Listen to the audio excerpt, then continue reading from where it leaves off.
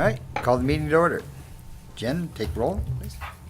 Commissioner Corbin. Here. Commissioner Johnson. Here. Commissioner Waldner. Here. Commissioner Abraham. Here. Mayor Lindsay. Here. You have attached the minutes from the May 5th meeting. Are there any additions or corrections? Make a motion to approve the May 5th minutes. Second. We have a motion and a second. All those in favor signify by saying aye. Aye. Those opposed, same sign. Motion carries. You have before you the agenda for tonight's meeting. Are there any questions, comments, adjustments? I'll make a motion to approve the agenda. Second. Okay, we have a motion and a second. All those in favor signify by saying aye. Aye. Those opposed, same sign. Motion carries. Appearances, acknowledgements, and correspondence. Locate Madison Schools Leadership Madison Group on the school signage project is here before us. So with that, I assume Darren's going to start out first since he has a computer in front of me, but not sure.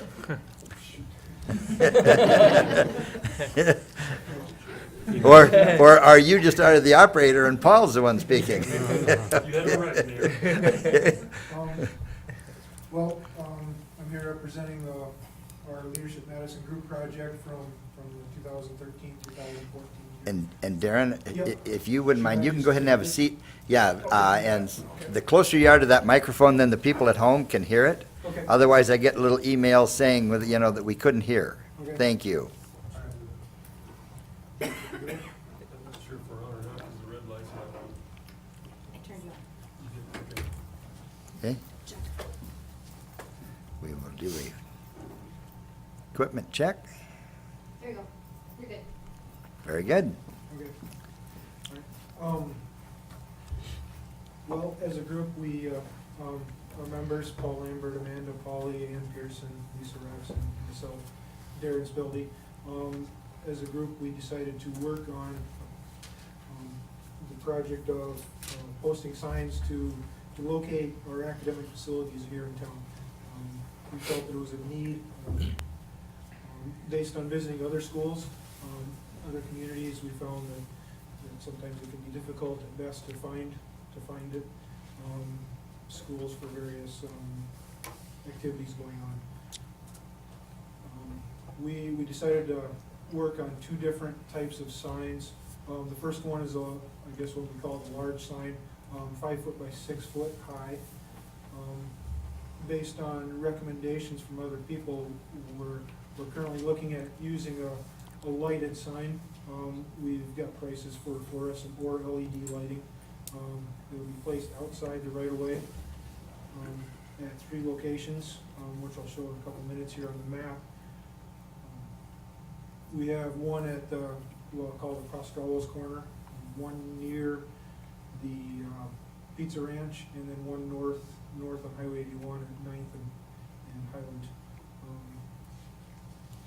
The one on Highway 81 and 9th Street will be a double-sided sign because we'll direct traffic for both directions down 9th Street. Is the plan. Here's an example of it. This is the one that will go at the Prostralos corner.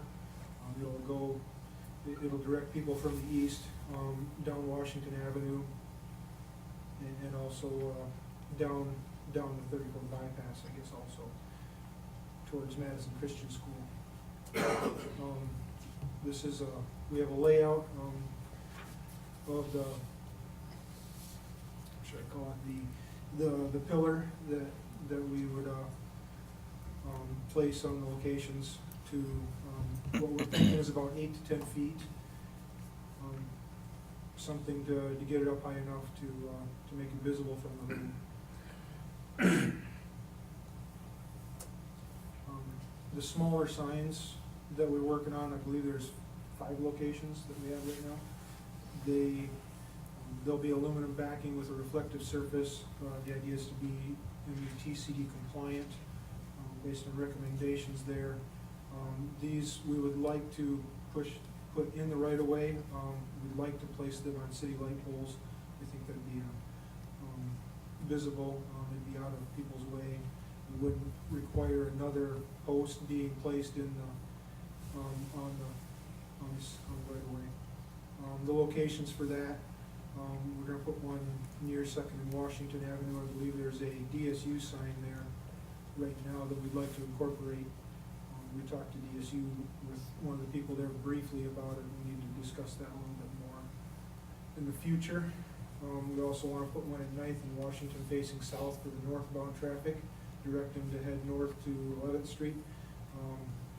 And then coming from the west on 9th Street, we'll put one at 9th in Chicago. The idea is as they come down 9th Street, they'll get to the elementary school, and then from there, they'll see the sign directing them onward until they get to Washington Avenue. There'll be another sign there that'll face west to turn them north down Washington. And then there'll be a final sign at 11th and Washington to direct people down 11th Street. This is an example. I guess this is the one that we've gotten pretty much all the approval on for the most part with all the people we've talked to so far. This is the design that we'd like to go with, I guess.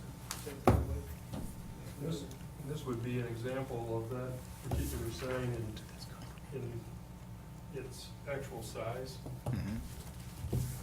Again, it's not the luminescent type of what the finished product would be, but this would be what the sign would look like in the physical size. So 24 by 36. And then when you said that meet the MUTCD compliant, it will meet reflectivity. It's Correct. one of the things that Fred's having to deal with right now with our current signs. And the letter heights as well, meeting that standard. Mhm. So that's kind of what really drove the size of the sign based on the verbiage that we wanted to Mhm. project on.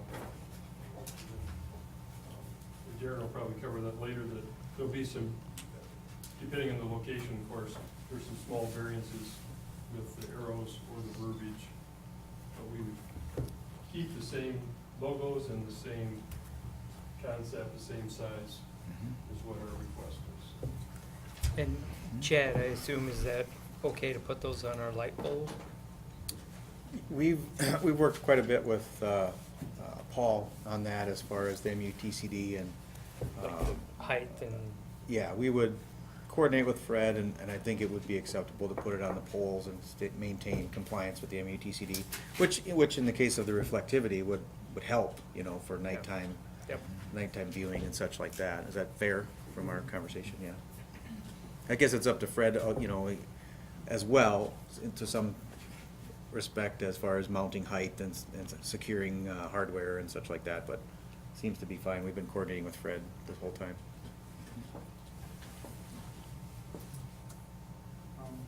I pulled this up on Google Maps today to give us a view of where the locations are. Of course, there's the one, we'll start with the one by Prostralos on 10th and Washington. That'll be one of the larger signs. There'll be another one at 2nd Street and Highland Avenue, and then the third one north on 9th and Highland, of course. The blue markers there are the ones for the smaller signs. There is another one that I have marked out there for, on 2nd Avenue that we're working on that probably won't match the rest of this for St. Thomas School. what side of the street was the one at Prostralos Corner? It'll actually be across the street on the On the north side? northeast corner of that. East corner, got it. Some of our expected costs that we've come up with at this moment. The small signs are about $150 a piece. The large signs, at this moment, we have about $4,000 for a single-sided sign, $4,500 for a double-sided sign, based on using fluorescent lighting. We're estimating about $500 worth of erection costs. So $150 times 6 signs will get us $900 worth of the small signs, $4,500 times 2 plus the $5,000 sign. The double-sided one gives us $14,000 worth of the larger signs, so a grand total of $14,900. current funding that we have allocated at this moment that people committed to. You'll see listed, Madison Booster Club has offered up $3,500. DSU, through the marketing group, could offer $500, $1,000 donation through Bulldog Media. I believe that was through Our employee foundation. Employee Foundation. The Madison Chambers, $200 startup money for our group project is listed. First Bank has offered to match $400 towards what we can make at a food booth at the state track meet coming up. And the United Methodist Church Youth Group has offered $200 also. So we have $1,500 committed to date towards the project. Some of our future funding that we might be able to work on. I mentioned the state track meet, we've already set up a food booth for that coming up in a couple weeks. Knights of Columbus is another one we've talked to about possibly getting some funding from. Madison Central School District, we talked to them after we get out of here tonight, we'll be going up there. And Operation Roundup, their grant program through Sioux Valley Energy. We're working on filling out a grant application for them. Some of the things we've accomplished so far, we're working with Lyle Signs on these the smaller signs. We're also working with local business for the design and layout of the larger ones. We have verbal landowner approval at 10th Street in Washington and 2nd Street in Highland. We're also working with approval. We have a verbal approval through DSU through their marketing personnel towards the design and layout. They approved the logos we're using. We have a structural engineer approval of the sign and pedestal that we use to place the larger signs. Some of the things we still need to do, we need to get your approval. We need to get a final approval from all the schools involved. We would like to order and install a couple of the small signs by the date of the state track meet on May 30th, including a temporary sign at 9th and Washington, which we talked to DSU about. They might be able to make something for us, along with a couple other places. We still need to get conditional use permits for the large signs. We need to complete the fundraising to cover our costs. And then we would like to install the large signs by August 30th. Some of the things that we're asking of the city right now, I guess, we would appreciate if we could get some assistance with the installation of the signs in the right of way. Like I mentioned, we're hoping to get that by the 30th of May. We're also wondering if there's a possibility that the city could take ownership of the signs, some of the maintenance, funding. The Leadership Madison Group, I guess we'll say it's moving forward, but the Chamber of Commerce is limited in their scope of how they can help us in the future. They have no property of their own, so we need to have somebody that will not only take ownership of the signs, but provide insurance, liability, and possibly something towards our fundraising. For instance, with Sioux Valley Energy, they have to, has to be from a nonprofit organization. So we have some things to work through there. We're wondering if the city would be able to supply the electricity to the large signs. We were going to take up the cost of that. Assist with the easements for the owners of the properties that we're going to put the large signs on. And I mentioned liability coverage already.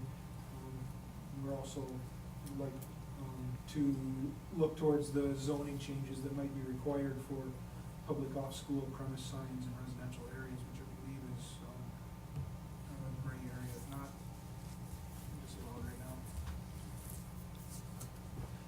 there any questions? Back up one slide if Yeah, you would. I was gonna say that too.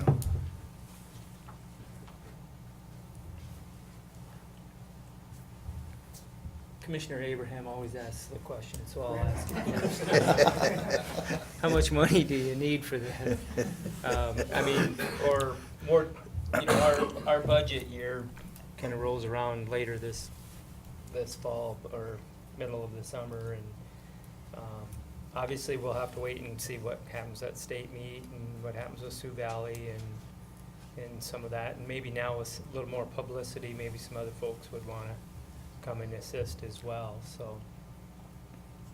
I believe our intention is to raise the money without coming to the city for capital outlay. Okay. So we would try to generate those funds so there wouldn't be a capital outlay from the city. Our hope is the partnership that the city would bring would be, you know, the long-term type of thing on the liability coverage, taking ownership and maintaining the signs, and providing the electricity to the lighted signs. We've kind of decided that we're trying to work towards the LED lighting, and the information that we've received on that is 120 volt circuit with 2 amps is the maximum for that. So it'd be pretty minimum for ongoing type. And they would have photo cells on them so that, you know, they're just gonna be lit during the evening hours. So I guess that's the part that, as a group, that we're hoping, you know, that the city's Yeah. partnership would be, rather than, Would be the long Not so term. much- yeah, Right. Not so much initial purchase, but. And the one thing, Project Champion you have written up there, was that yours, or is that something different? We're not an entity as of ourselves right now, so we just need somebody to take it under the wings and be willing to be a source for funding, I guess maybe we could say it that way. Okay, so that's what the Project Champion means? Yeah. Okay. I didn't know, you know, we have so many things that come across, I thought maybe it was something out there, you know, an organization or something already out there, so. right. We have talked to the Knights of Columbus about being that organization, if you will, for during the construction and, you know, collection of funds, and also being an organization that could apply, like to the Operation Roundup, because they require a nonprofit type organization to apply for those funds. So we've talked to them about kind of being our,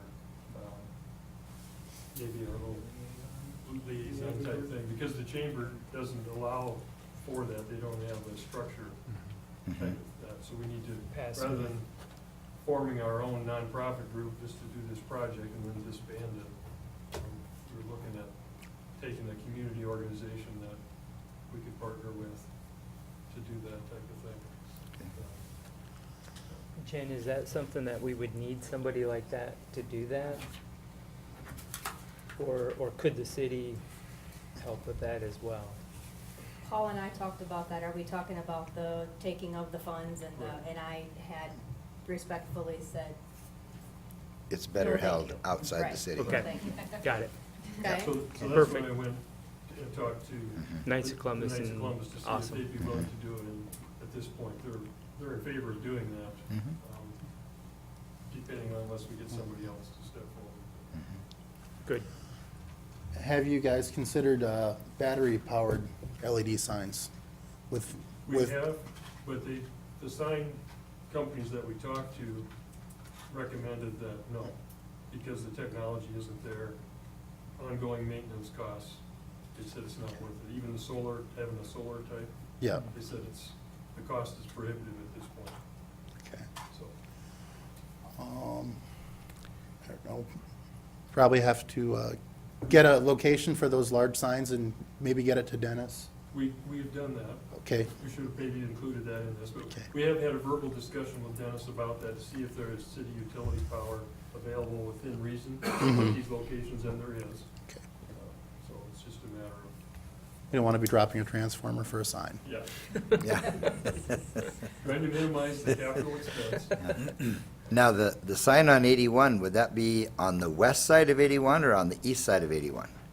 It's glad you brought that up, Mayor. Okay. Just happen to have a snapshot. Very I'll just good. pass it around, it's probably easier to see, but again, this particular sign poses some interesting things because, as Jared said, we were hoping to get a dual-face sign, so we only had to have one sign. Right. And we talked to the landowner on the west side, and initially she responded favorably, but now she has declined. Okay, And so, plus the fact of getting utilities over on that side of the highway. that was what I was looking at because there aren't any. Right. And we had talked to the landowner to the north side of the street, and of course, they're in favor of that, but again, that falls into, there's no utilities there on the north side. So the most optimum site is on the south side of the street, on the city property, where there's an existing city light pole. But as you can see from the We have a tree photo, obstruction. we have a tree Yes. obstruction where the Yes. primary place of the sign would be. So, again, we talked a little bit with Fred about that, and we haven't had a chance to have follow-up with that. So that's kind of what, that particular sign, locating it on the edge, out of the state right away, and then, so that you could see it visibly from both directions. Near that pole. We have a nice pine tree there. Mhm. With a big tree in there. Those pine trees have also, over the years, been interesting in that during driver's ed. Oh, Because what you want to do, you know, is get kids to look early in that, and then you can point out to them, if you look early, you can see who's coming. When we get to the intersection, another story because of the trees. So I've used those trees as an example for many years. Mr. Mayor? Yes, sir. May I ask a question? Absolutely, go ahead. Um, Yes. I had a question on the ownership, you know, the right-of-way signs, the ownership, that's your sign, you know, it's a lot less substantial. Did you also have in mind that the city would take ownership of the non-right-of-way signs as well? yes. Okay, okay. Yes. And I have checked on insurance on our end there too, should you choose to do so. Property insurance on those signs will be about $100 a year to add those to property. As far as the trees go, they're a renewable resource, so we've already got this slated to, And a removable resource, are you saying? they're removable, but they're also Renewable. resource. So, and you lose a couple, you plant a couple more somewhere else, so Sure. the trees aren't gonna be a problem. Very good. May I make a note? Yes. Just a comment, Paul and I have talked about this quite a bit, but as far as the, I think you referred to it, oh yeah, zoning change, would be, currently in a residential zone, an off-premise sign is not allowed in a residential zone. And so what we had talked about was a change to the zoning ordinance that would perhaps allow a off-premise sign in a residential area as a conditional use, like it is right now, Mhm. but limit that to maybe public institutions or something like that. Mhm. I don't know what the reaction is of the commission. That's to make a change to the zoning ordinance, you'd have to, it'd be an official zoning change, and so you'd go first a reading and recommendation, excuse me, not a first reading, but it would have a first hearing with the planning commission, and they would make a recommendation, and then it would come to the city commission as a zoning ordinance with a first and second reading and another hearing at that point. Do we have If to do all that, or couldn't we just, can't we just special accept it now? I would say no, Why not? because it says in the zoning ordinance, an off-premise sign is not allowed in a residential zone. Okay, let me throw in So another it's not- question. So that's not, there's no exception noted for that use right now? Correct. I got it, okay. Okay. Yeah. On the one that you're talking about for May 30th, you said was going to be on the same pole as a DSU sign. Is that already? I think those would be good to go. Okay, Because okay, so, those are in the so the ones for right-of-way. May 30th wouldn't be so much of Right. an issue as it would be the others that we're talking about? Right. Correct. Okay. We're hoping that Okay. to get 4 or 5 of these put up within the road right-of-way, street right-of-way, in town by May 30th to direct. Okay. then And the so planning- those really aren't the ones that we're talking about then? Correct, because, and I Sounds should have, good. I should have said Okay. that up front. Those are more subject to occupying of the right-of-way.